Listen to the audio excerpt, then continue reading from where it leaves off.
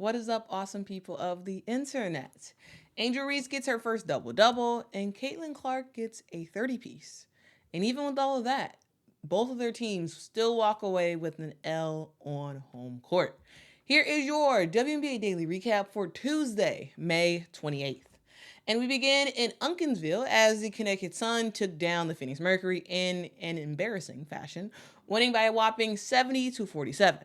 Now, if you all are wondering how in the world did this Phoenix Mercury team, the Phoenix Mercury team that beat the Las Vegas a week and a half ago, how did they lose so badly to the Connecticut Sun? Well, one, the Connecticut Sun is really good. Secondly, is because this year, at least until Brittany Griner comes back, this Phoenix Mercury team is a one-trick pony. And unfortunately for them, that trick was not working yesterday. Last night, they went a horrible 1 for 27 from the three-point line. And this Mercury team is a team that normally shoots a lot of three-pointers, with 46% of their shots coming from beyond the arc. And overall, that has worked for them. Winning games. Again, winning that Las Vegas Aces game that I talked about. In that game against the Aces, the Mercury, they shot the three ball well. They were 48.5% from the three-point line in that Aces game, going 16 of 33. When your three-point shot is working, you can win a lot of games. But the hard part is that when all you really have is a three-point shot, and you don't have like a consistent like presence in the post that can really get some points scored, it makes you struggle, right? Like with the Las Vegas Aces. They're a team that, yes, they have a three ball and it works really well. But when it's not working, they can also go in the paint with A'ja Wilson. With this Phoenix Mercury team, they don't necessarily have that paint presence because Brittany Griner's out.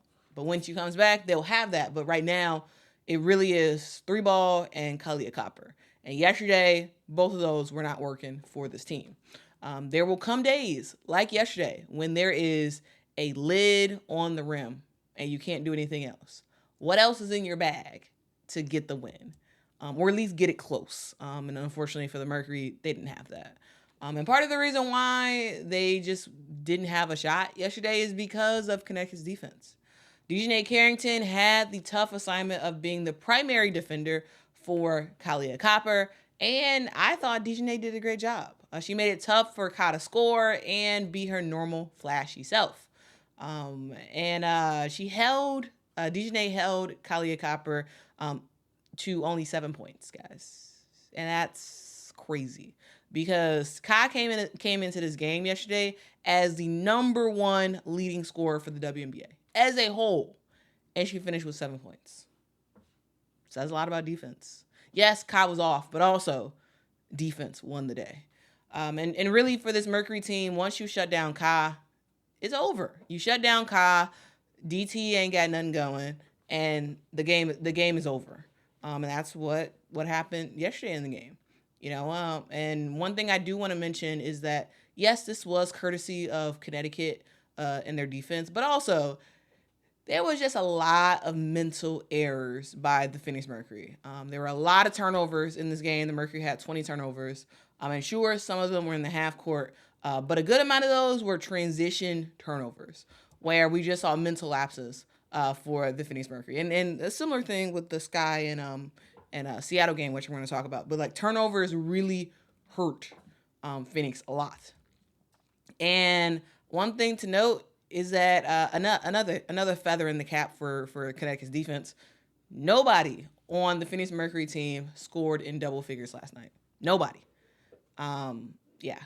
Again, nobody for the Phoenix Mercury had 10 or more points in this game. That says a lot for what Connecticut was able to do on the defensive end. Now this is a historical feat by the Connecticut Sun. This is the 40th time ever in WNBA history that a WNBA team went an entire game with no one scoring double figures. And this is the first time since 2016. So, this is a huge defensive accomplishment for the Connecticut Sun and a huge offensive blunder by the Phoenix Mercury. In terms of offense, what Connecticut was able to do, they were their normal selves. You had the big three or core three of DeWanna Bonner, Alyssa Thomas, Brianna Jones, all doing well in this game. They didn't have to play a ton, but they, the minutes they were in, they did well. They finished the game with double figures, each of them. Also, DeWanna Bonner is continuing to make history, guys. She led the charge with 19 points for the squad. And last night, she became the 5th WNBA player ever to reach 7,000 points. Now, if you all are wondering who else is on that 7,000 list, well, it is Diana Taurasi, Tamika Catchings, Tina Thompson, and Tina Charles. Okay?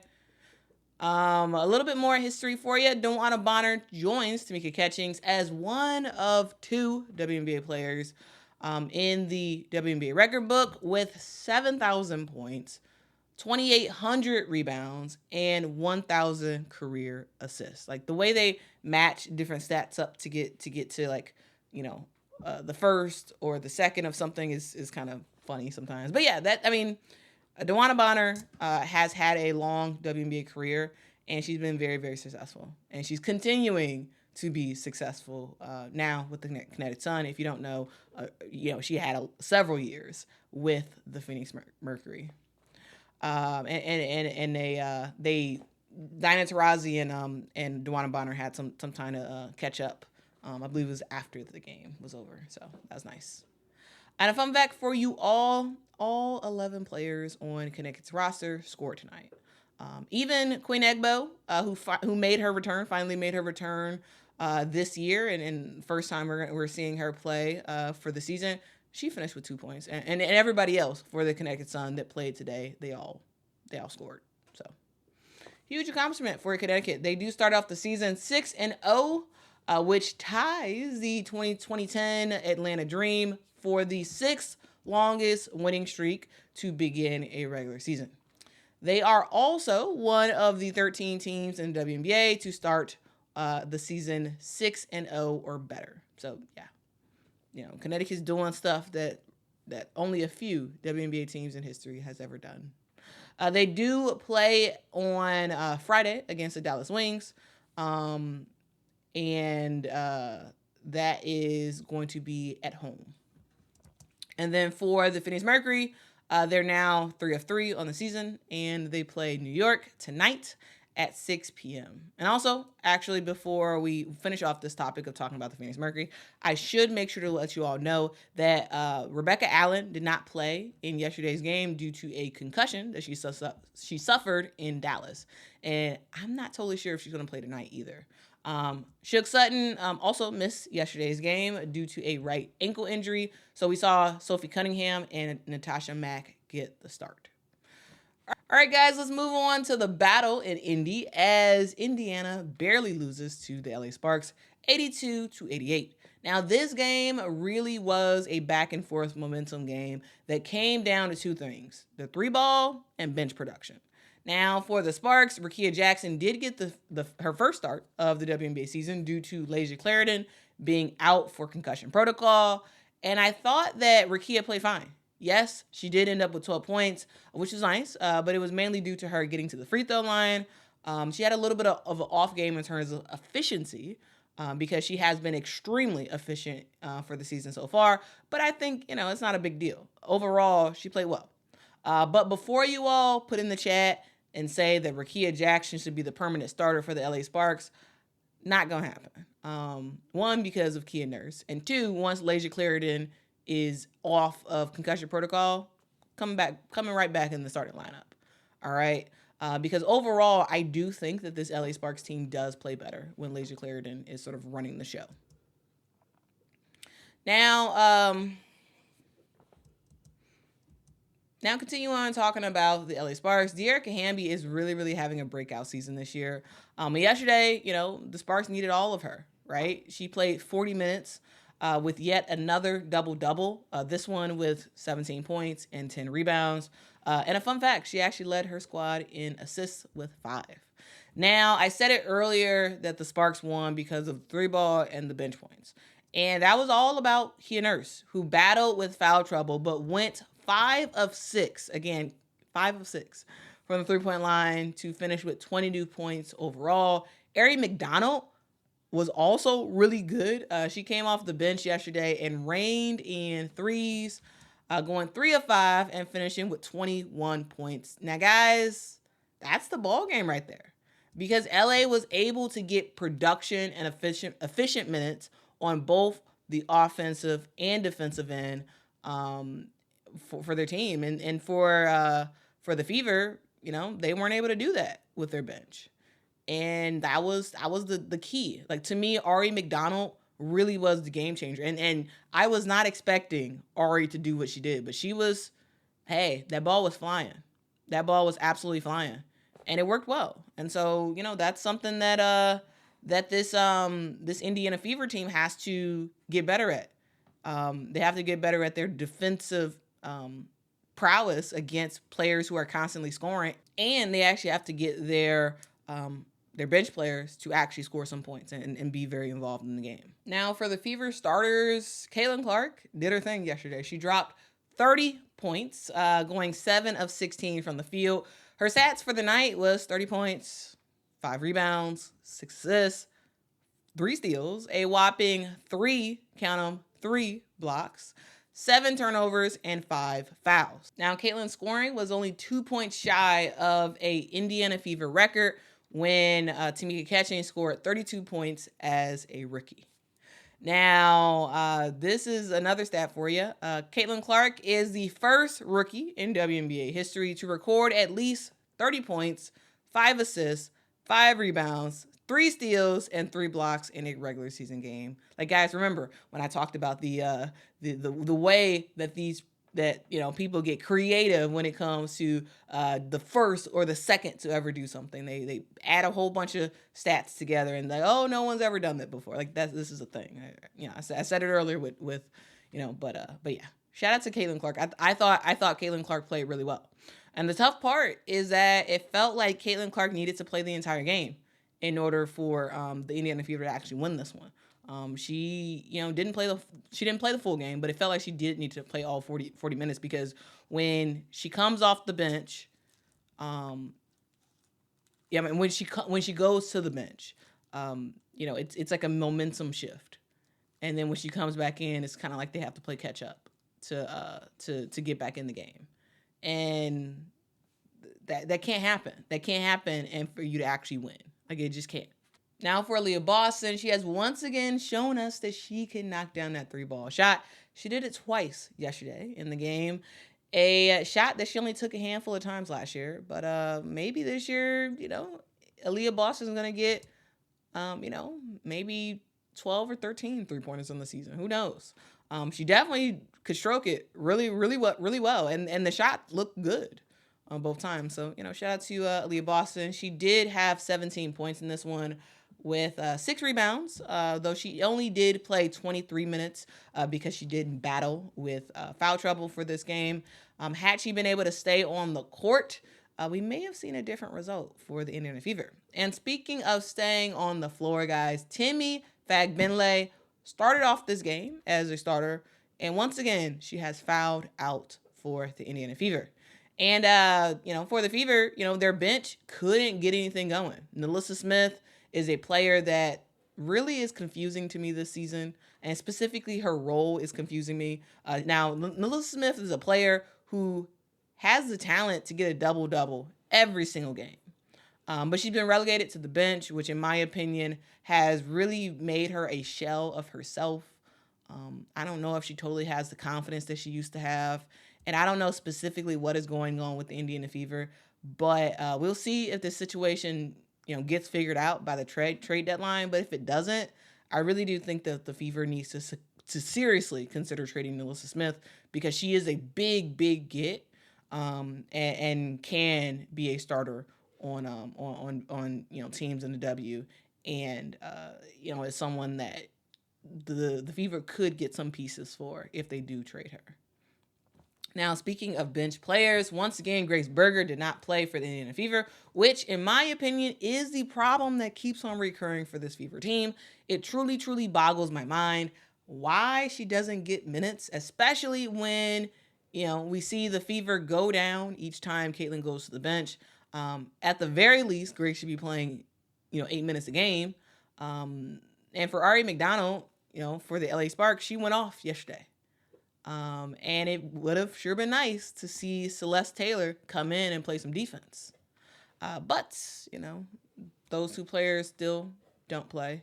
And we move, right? Next up for the Fever, they play the Seattle Storm on Thursday at home at 6 p.m. Central. Now for the LA Sparks, they play the Sky on Thursday at 7 p.m. Now let's continue on to the last game of the day yesterday, which was the Sky versus the Storm, where the Sky lost a very winnable game, 68-77. Now here is what happened in this one. Guys, Skylar Diggins-Smith is back, y'all. She finished with a season-high 21 points, adding 3 assists, 3 turnovers, 1 block, and 3 steals, I should say, 1 block and 6 turnovers.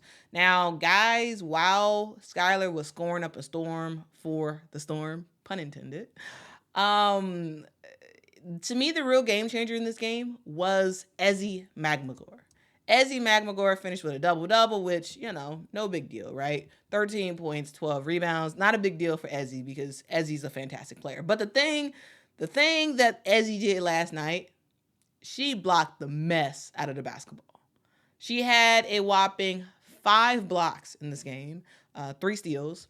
And it felt like, in person, it felt like every single time Sky guards would go in the paint, Ezi Magmore was right there, and she was like, "Get that out of here!" Like, it was like she was there to swat the ball every single time, and I was just like, "Can we get Ezi out the game?" As a Sky fan, I was saying, "Can we get Ezi out the game?" Because Ezi was phenomenal yesterday. I thought, to me, I thought she was the player of the game. She really was. Then in terms of scoring, you had Jewel Lloyd, who did her thing yesterday. She's not, Chicago technically isn't her hometown, but it was very close to her hometown. She added 19 points for the Seattle Storm, and she actually led her squad with 6 assists. She had 3 steals and 4 turnovers. Now, guys, the reason why I keep mentioning the turnover metric is because turnovers were a huge, huge, huge deal in this game for both teams. Seattle finished with 18 turnovers, and the Sky had 21.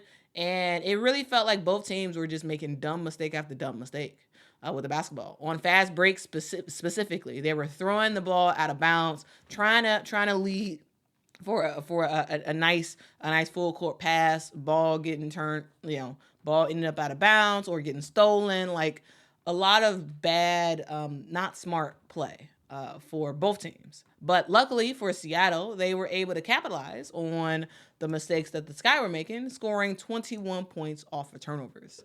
Now, for the Sky, they were consistently in the game, but would go for stretches where it felt like they kind of forgot how to play basketball. That resulted in a lot of turnovers. At one point, the Seattle Storm had a 19-point lead, but ultimately, there were things that worked out for the Sky, right? Should they keep it up in the future? Angel Reese, in my opinion, was very, very effective from the field. She finished with 11 points, 12 rebounds. Again, her first double-double as a WNBA player. She had 3 assists, 3 steals. They went to Angel Reese early in the game, in the first half, and she scored. She had 6 points in that first half, and she looked good. And it wasn't until it felt like late in the fourth quarter that they went back to her, and she scored. And in order for this Sky team to do well, I think they need to have an inside-out game. And sometimes the guards are doing a little bit too much, and they're not getting the ball in the paint to give us an Angel and see if she can at least draw a foul, at best score. And we saw yesterday when Angel got the ball, she was able to make some stuff happen. Yes, she did, get a very boneheaded turnover on a fast break. But overall, I thought Angel played well, and it would behoove the Chicago Sky to go to her more often, especially, in the second and third quarter. We need to see her more, especially, and also when Camilla gets back, we're going to need to see her more as well. Another thing that I wanted to mention that I actually really liked about the Sky is that Lindsay Allen. I thought Lindsay Allen did a really good job when she was on the court. She only had 3 points in this game. She had 4 assists. But I liked the way that this guy looked when she was out there on the court. Also, I really, really loved the energy that Kennedy Carter gives to this team. She came off the bench, finishing with 12 points. She stayed out of foul trouble in this one, which was nice. But Kennedy Carter is a game changer for us, and I think it would help to have her on the court a lot more. Also, a thing to note is that Isabel Harrison made her almost 2-year return to the WNBA court, I should say, yesterday. And the Sky are now 2 of 3 on the season and will play the Sparks tomorrow. The Storm are now 3 of 4, which puts them above 500 for the first time since 2022. They play the Fever tomorrow. Now, guys, if you all want my immediate reactions to the Storm versus Sky game, you all can watch that. I'll leave the link to that in the comments. Guys, I want to say thank you so much for watching. I hope that this was informative in the event that you were not able to watch the games. Guys, we are going to have our first Patreon meetup tonight. So shout out to all the people who are Patreon members. If you are not a Patreon member, I suggest you join Patreon before 6 p.m. today so you all can join the virtual meetup. It is happening at 7 p.m. Central Time. So for all the Patreon folks, I am excited to talk to y'all tonight, I should say. And we got some cool things to show you as well. Now, guys, that's the video, guys. I hope you enjoyed it. Please hit that like button if you did. Please hit that subscribe button if you haven't just yet. Let me know your thoughts about some of the games that happened yesterday. And until next time, guys, bye-bye.